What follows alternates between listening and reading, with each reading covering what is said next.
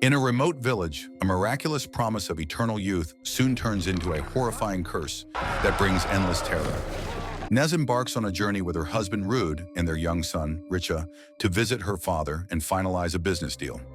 Along the way, Rudd reminds her to stay calm and maintain peace with Karina, her father's new wife and, shockingly, Nez's former best friend. Their father, Sadaman, plans to sell the family business to investors, and the success of the deal depends heavily on everyone getting along. A deal that could mean a massive profit for them all. Sadaman, a well-respected man in the community, owns and operates an herbal medicine factory. For several months, he has been obsessively experimenting with a formula that he believes will achieve the impossible, a potion that grants eternal youth. After countless trials, he finally succeeds in creating a sample, and without hesitation, drinks it himself. To his amazement, it works. Within minutes, he feels stronger, more energetic, and visibly younger. When Ness and her family finally arrive at Sadaman's home, they are greeted by Karina. The atmosphere immediately feels tense. Old wounds between the two women are far from healed. Ness still feels betrayed that her best friend became her stepmother. Inside the house, we also meet Bang, Ness's brother, a carefree man who spends most of his time locked in his room playing games. The family often criticizes him for being idle and unproductive. Later, Karina notices Sadaman's astonishing transformation. He proudly tells her that his potion is responsible. It has not only made him young again, but has also restored his vitality. Overjoyed, the couple celebrates the discovery, completely unaware of the dark consequences it will soon unleash. When Sadaman presents himself before the family, everyone is stunned by his new youthful appearance. Instead of offering an explanation, he quickly shifts the discussion to business matters. Then, to everyone's shock, he announces that he has decided not to sell the family business. Rudd, visibly disappointed, leaves the room. Sadaman continues speaking enthusiastically about his discovery, a miraculous herbal mixture that he calls the elixir of immortality. Karina reminds him of their earlier decision to retire from business, but Sadaman apologizes, saying his focus now is entirely on perfecting the potion and expanding the company. The situation worsens when Ness interrupts, revealing that she plans to divorce Rude. She admits that she had been relying on the business sale money to start a new life and support her son after discovering her husband's affair. Instead of comforting her, Sadaman cruelly criticizes Ness for letting herself go, comparing her unfavorably to Karina. His harsh words deeply wound her, and she lashes out, reminding him bitterly that he married her best friend. The heated argument escalates, and Karina tries to calm things down, insisting she never intended to hurt anyone, but the accusations continue to fly. Suddenly, Sadaman begins to feel unwell. Overcome with anger and stress, he stubbornly declares that the factory will never be sold and that his research will continue, no matter the cost. Ness and Rudd try to reason with him, but he explodes, accusing them of greed and selfishness, claiming he's tired of being treated like an ATM. In the midst of his rage, he suddenly collapses, vomiting violently before falling unconscious. As everyone rushes to help, Sadaman's body convulses and transforms grotesquely. Before their horrified eyes, he mutates into a monstrous creature with a craving for human flesh. He attacks without mercy. When he lunges at Bang, trying to bite him, Bang fights back and ends up killing him in self-defense.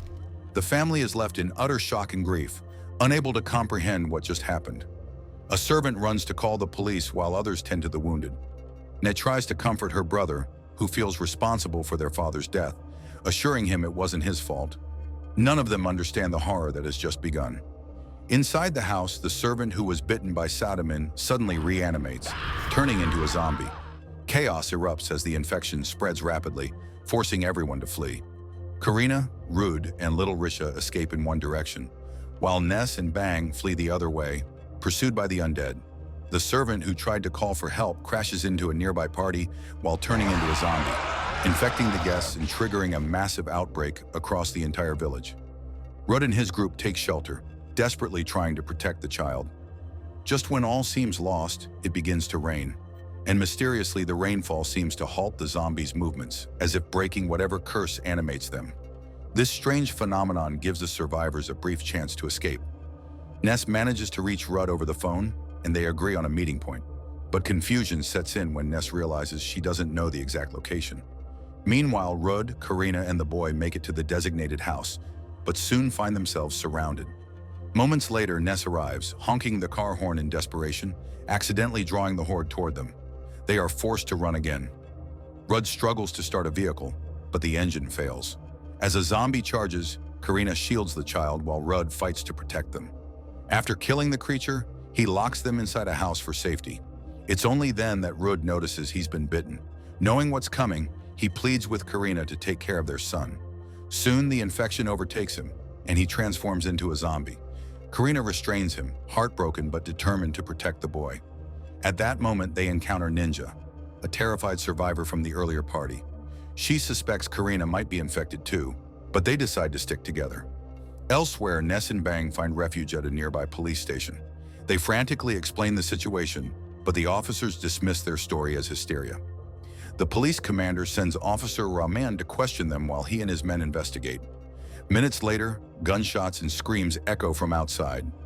The zombies have arrived. The commander is bitten and soon turns, forcing Rahman to kill him. Together with Bang, he locks the creature in a holding cell.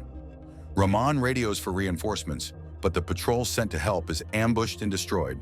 Desperate, Rahman tests a theory and discovers that zombies are drawn to sound. Using fireworks as a distraction, they manage to escape on motorcycles. But their relief is short-lived. More zombies appear, blocking their path. Surrounded, they fight bravely, but are overwhelmed. Back at the house, Rudd breaks free from his restraints, drawing more zombies with the noise. Just when it seems there's no hope, the rain begins again, freezing the undead in place. Ninja takes advantage of the moment and escapes on her motorcycle. The rain stops soon after, and the zombies resume their attack. Ness manages to get into a car and lock herself inside. As she prepares to give up, she spots Karina and her son approaching on a motorcycle. Together, they use fireworks to distract the zombies and reunite. But their relief is fleeting. The horde keeps coming, forcing them to keep running. Meanwhile, Ninja contacts Rahman, her partner, who has returned to the police station with Bang. They attempt to rescue the others but lose control of their truck, crashing into the building. Bang is trapped under debris, and the zombies close in. In a heroic act, Bang detonates a rocket, sacrificing himself to destroy the horde and save the others. At the same time, Rudd, now fully transformed, attacks Ness. After a brutal struggle, Karina saves her by shooting Rudd in the head. But in the fight, Ness is bitten. Tearfully, she embraces her son one last time and entrusts him to Karina, asking her to love and protect him as her own. Letting go of her resentment, Ness forgives Karina and accepts her fate. As the zombies approach, Ness draws them away to protect her family. In her final act of love, she raises her weapon and ends her life before the monsters can reach her. Days later, Karina and little Richa walk toward the city, believing the nightmare has finally ended, unaware that something still lurks in the shadows. Elsewhere, Grace, Sodomin's former business partner, receives a small vial labeled Elixir of Immortality. Curious, she decides to test it for herself, unknowingly setting in motion another terrifying chapter. And that is how the story comes to an end.